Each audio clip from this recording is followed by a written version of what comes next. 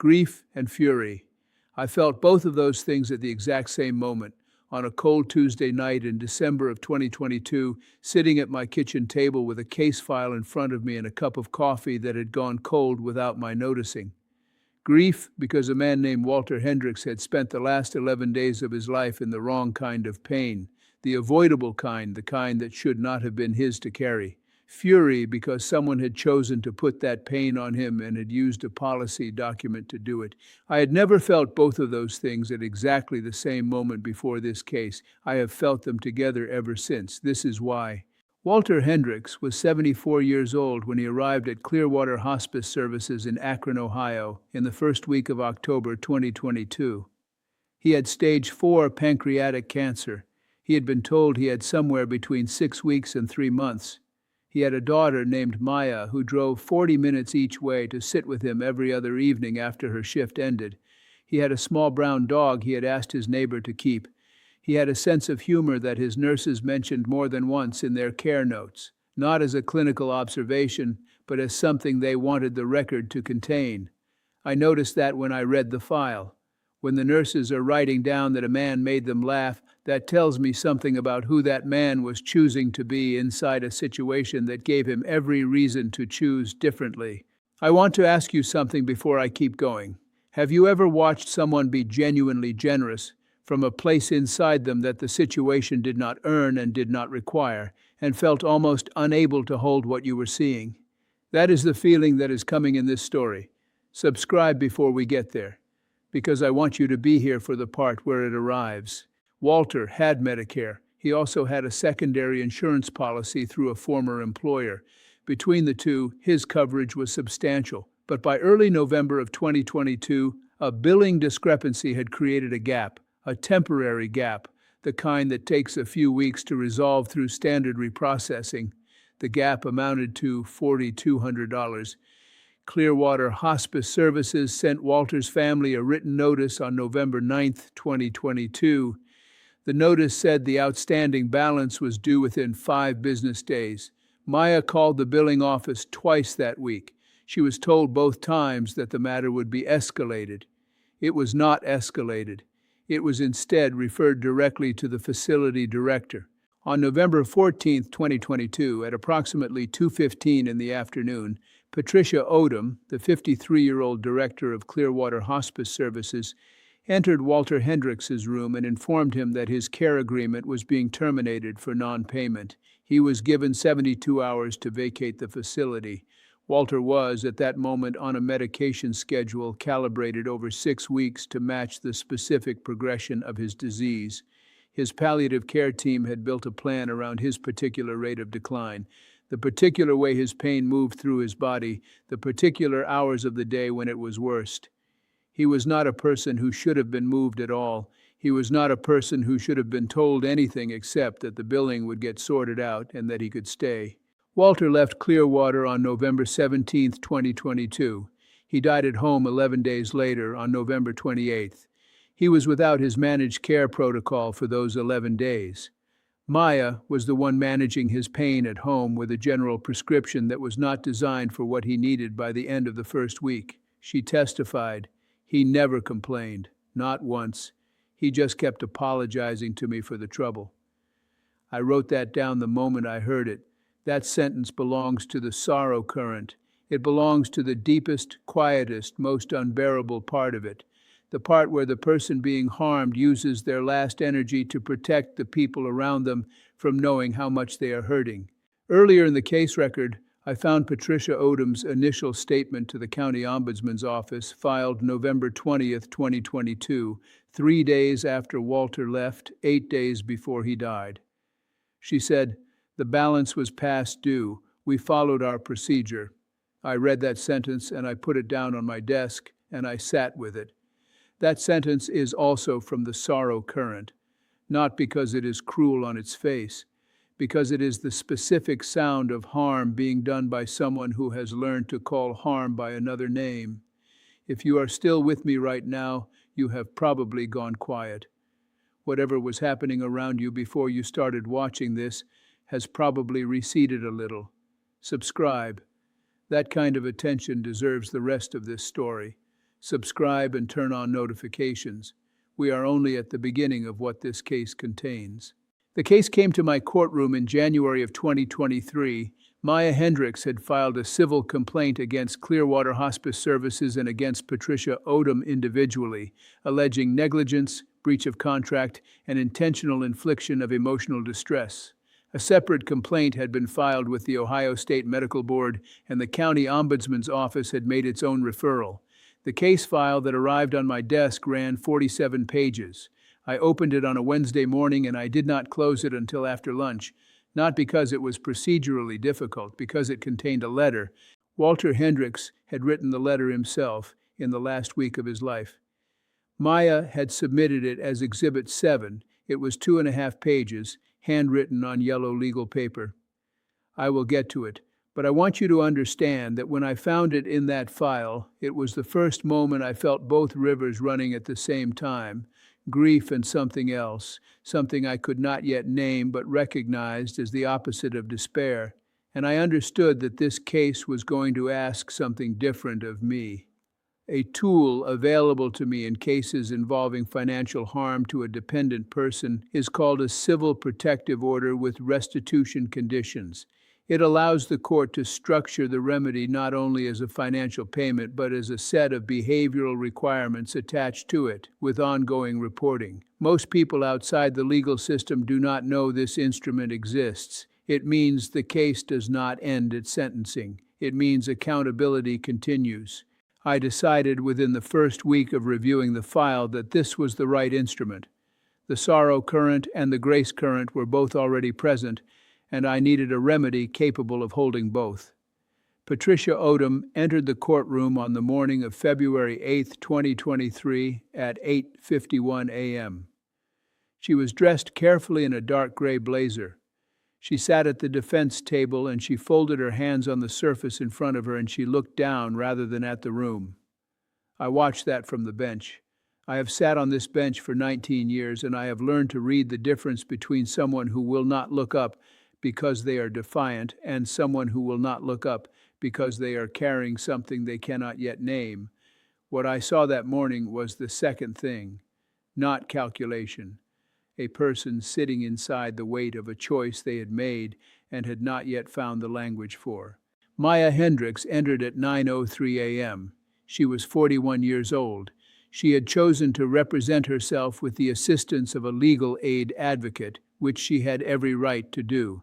She sat down at the plaintiff's table and she took a notebook from her bag and opened it and placed both hands flat on the open page. She was not going to take notes. She just needed something to hold. I recognized that from the bench. I understood it without needing to say anything about it. Both rivers were already running in that room at 9:03 in the morning before the first word of testimony was spoken. Here is what I am offering. The rest of this story, told the same way I have been telling it. Nothing resolved before it should be, nothing softened because softening it would be easier, nothing held back because the truth of this case requires all of it. Subscribe if that is what you want. I will keep going. The first piece of evidence that established the full weight of what was lost was Walter's medical chart from the 11 days following his discharge. His hospice physician, Dr. Alicia Brandt, testified on the afternoon of February 8th. She said Walter's pain management protocol at Clearwater had been calibrated over 6 weeks to match the specific character of his disease progression. She said that removing him from that protocol and replacing it with a generalized outpatient prescription was, in her exact words, the difference between a death that is managed and a death that is not. I wrote that down. I looked at it for a long time. There is no framing that softens what that sentence contains. A death that is not managed, that is the specific harm Walter Hendricks was made to endure, not an abstraction. The sorrow current had been running fully since that testimony. Then the grace current arrived. On the morning of February 9, 2023, Maya's legal advocate read Walter's letter into evidence. The letter was addressed to no one in particular. It did not begin with Walter's name or with a date. It began, "I want whoever reads this to know something." What followed over 2.5 pages was Walter Hendricks describing not his own suffering, but his concern for 3 other patients he had left behind at Clearwater. He named them by first name. He described specific small things he had noticed about each of them. The way one woman always asked for her window cracked open in the morning, the way a man down the hall kept his television on low, even when he appeared to be asleep. He said he hoped someone was paying attention to them now that he was gone. He said he was not writing out of anger. He said, "I am writing this because I want someone to pay attention to the people who cannot speak for themselves." I had been carrying only the sorrow current for 24 hours. When those words were read aloud, the grace current arrived, and it arrived at full force. I am not a person who cries in a courtroom. I have learned to hold very large feelings inside a very still body. I held it that morning, but I felt both things at exactly the same moment, and I am not going to pretend otherwise in this telling. I just realized, saying that out loud, that I have never actually described that morning to anyone before today. Subscribe. Because what comes after that letter is the part of this case I have thought about the most. Subscribe now. When the letter finished being read, the room was quiet in a way courtrooms rarely are. I looked at Patricia Odom. Her hand was over her mouth. Her eyes were closed. That gesture did not belong to the defense or to the prosecution. It did not help her case in any procedural sense. It was simply a person being present inside something true. I watched it from the bench and I placed it in the grace current because honest recognition, even when it arrives too late to change what it recognizes, is not nothing. It is the beginning of something if the person chooses to let it become one. Patricia Odom testified for 40 minutes on February 10th. Her attorney argued that the discharge was a procedural decision made within the legal framework of Clearwater's existing care agreement, that the $4,200 balance was a genuine outstanding amount, that multiple written notices had been sent, and that the facility had followed its own documented protocols. Every word of that was technically accurate. I heard it. I also heard what it could not resolve, that the existence of a protocol does not eliminate responsibility for what the protocol produces. An institution can have rules. Those rules do not exempt the person who applies them from the human weight of the outcome. Then Patricia spoke for herself. Near the end of her testimony, her attorney asked her what she was thinking in the moment she signed Walter's discharge paperwork. Patricia Odom said, "I told myself it was policy. I knew, while I was telling myself that it wasn't enough." I wrote that down.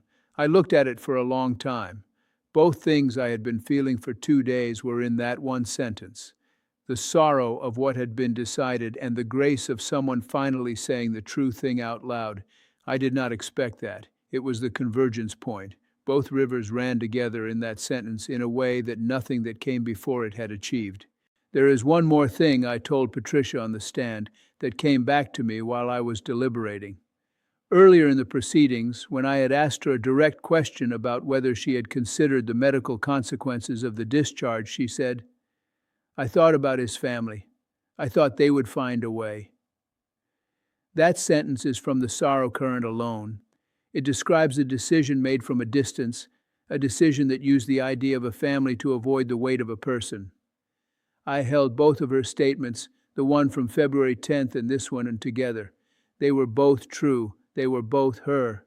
My mother spent the last 14 months of her life in a memory care facility 2 miles from my house. She did not have hospice. She had something that came close, the best arrangement we could put together. Near the end, a billing issue arose, smaller than Walter's, but the same shape, the kind of gap that requires a few weeks to resolve. I remember sitting in the facility administrator's office with a folder of insurance documents, feeling the very specific fear of someone trying to hold their parent's care in place with paperwork while their parent is running out of time. Nothing bad happened. The paperwork resolved. My mother stayed. But I remember sitting in that chair, and I remember the weight of not knowing what would happen if it did not resolve. I remembered that chair every day of this case. I am placing that memory here next to Walter's story without explaining it further. You will feel why it belongs. I want to stop here for just a moment, not for effect, because what I just said is something I have never said out loud in any professional context before today, and I need a second with it. Subscribe while I take that second. Subscribe and stay, okay? Let me keep going. On the morning of February 13th, 2023, before I announced the sentence, the room had a different quality than it had during testimony. The waiting was not for information anymore. It was for what would be done with the information. Patricia Odom's hands were folded on the table again. Maya's notebook was closed. I had my notes, and I had made every decision I was going to make, knowing that this ruling had to hold the weight of what was lost and also leave room for what was still possible. Those two things do not always fit in the same ruling. I have written sentences where I had to choose between them. In this case, I had made sure I did not have to choose. The verdict was for Maya Hendricks on all three counts. Maya did not move when I said it. She put both hands flat on the table, the way she had on the first morning. That was all. Then I spoke directly to Patricia Odom. I said, "What you did cost a man named Walter Hendricks the death his care team had designed for him, and it cost his daughter 11 days of managing his pain in a kitchen at midnight, while he apologized to her for the trouble he was causing. Those things cannot be undone by this court or by anyone in it. I want you to hear them said plainly before we talk about what comes next."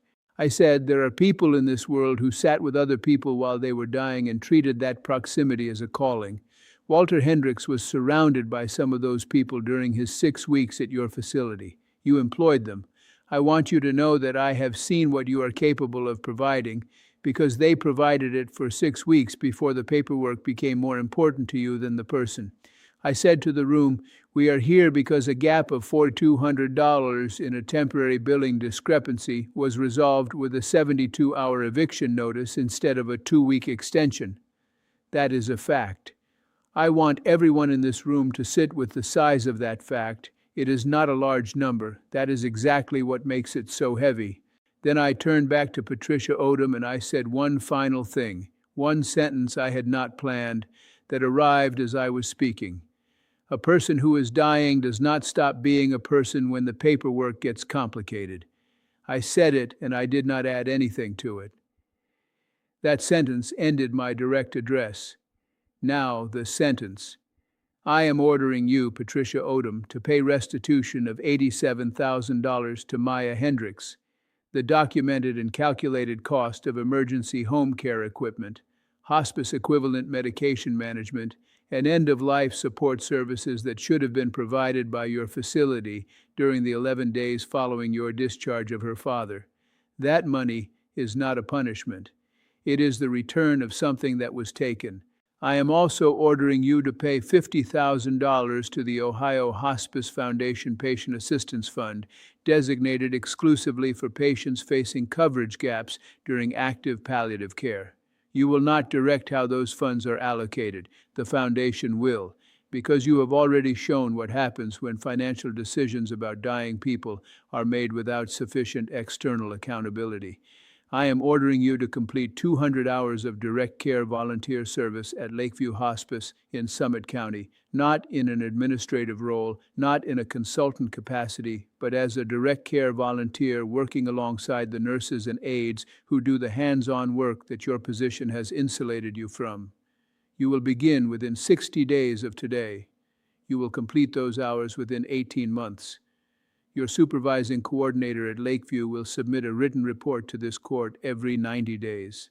I am ordering the full clinical and administrative staff of Clearwater Hospice Services to complete a state-certified 12-month ethics and end-of-life care training program through the Ohio Department of Health, and to submit to independent quarterly ethics review by a patient rights advocate for a period of 3 years. You will fund all of it.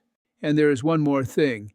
Before you return to any administrative or director-level role at any licensed care facility in Ohio, you will draft, have reviewed by a patient rights attorney, and file with this court an enforceable written policy prohibiting the financial discharge of any patient currently in active palliative decline, regardless of outstanding balance, regardless of billing status, regardless of insurance gap. That policy must include an escalation protocol, a minimum review period, and a named patient advocate contact. If you complete your 200 volunteer hours at Lakeview and file that policy within 12 months of today, the 3-year structured review period for Clearwater reduces to 18 months. I am putting that door there because I believe you are capable of walking through it. I am not required to believe that. I am choosing to. You just heard what I said to her in that courtroom. I want you to hold that. Subscribe before we go further, because what happened after I said it is the part of this case I have carried the most. Subscribe now. After I finished, I did not stand right away. I let the room settle for a moment and I watched from the bench. Maya Hendricks rose slowly and picked up her notebook and held it against her chest with both arms, the way you hold something you are not ready to set down. She turned toward the door. She stopped once, still facing away from the room, and said something quietly to her legal advocate, not for anyone else. The advocate put a hand on her shoulder and kept it there. The Grace Current was still running. 11 weeks after Walter died, it was still running. Before I stood, I took Walter's letter out of my case folder. I had kept a copy. I had no procedural reason to have it with me that day. I held it for a moment. I read the first line one more time. I want whoever reads this to know something. Then I placed it back in the folder and I stood. That is the most honest thing I can tell you about where I was when that morning ended. On April 3, 2023, Maya Hendricks sent a message to the court clerk's office. She said that the 3 patients Walter had named in his letter, the woman who liked her window open, the man with the television, had each received a small arrangement of flowers and a handwritten card. The card said only, "Walter asked someone to pay attention." She did not say who sent them. I have a strong sense. I have never confirmed it. Both Rivers were in the fact of it, and I did not need to know more than that. Patricia Odom did not appeal the ruling. Her attorney filed a written acceptance on March 1, 2023, 19 days after sentencing. When that document reached my desk, I felt something I do not have a clean word for. Not surprise, not relief, but something closer to the specific feeling of watching a person choose a harder right thing when a procedural exit was available to them. Both Rivers were in that feeling. I stayed with it for a few minutes before I moved on. This case taught me something I had understood as a principle for 19 years but had never felt as a physical reality until this one. Holding 2 feelings at the same time is not confusion. It is not weakness. It is the only honest response to a case where the harm is real and irreversible and the person who caused it is also a full human being who is capable of doing better. I have watched myself on other days choose one current and carry it to a sentence built only on sorrow punishes without repairing, a sentence built only on grace hopes without accounting. The only sentence that actually holds both people honestly is the one you write from the place where both Rivers arrive at the same time. I had understood that as a sentence in a textbook. Walter Hendricks is the reason I understand it as something you feel in your body when you are standing in it. To anyone watching this who recognizes Walter's place in this story, who is in a room right now or has been in one where someone with institutional authority chose procedure over you when you were most dependent, I watched Maya Hendricks for 3 days carry the full weight of her father's last 11 days into a formal legal room and lay it down carefully and ask the court to see it. I saw what that costs. I also saw what she did not lose over the course of those 3 days. She did not lose the specific quality of how she spoke about her father, the precision with which she remembered his preferences, his jokes, his apologies, the sound of him. The sorrow of what happened did not take that from her. Both of those things were true at the same time. I want you to know that I saw both. To anyone who recognizes themselves in Patricia Odom's position, who made a decision inside an institutional framework that caused a harm you did not fully look at until it was too late. I have watched many people sit in that chair across from me and go in 2 different directions afterward. The ones who move forward are not the ones who felt the least. They are the ones who let what they felt eventually reach the place inside them where actual decisions get made. Patricia Odom put her hand over her mouth when Walter's letter was read. That was not nothing. That was a door. I put a door in the sentence, too. What a person does with a door is entirely theirs. But I have seen enough to know that some people walk through them, and I am not cynical enough to stop believing it. Subscribe and stay, that is all. Walter Hendricks was a man who, in the last week of his life, used what was left of his strength to write 2.5 pages about other people. He did not write about what had been done to him. He wrote about the woman who liked her window open in the morning and the man who slept with the television on low. He did not ask to be remembered. He asked for someone to pay attention. The comment section below this video is a room where people who are willing to feel two things at once tend to find each other. I hope you will leave something there, not a reaction, but a thought, the kind you are still carrying when the screen goes dark.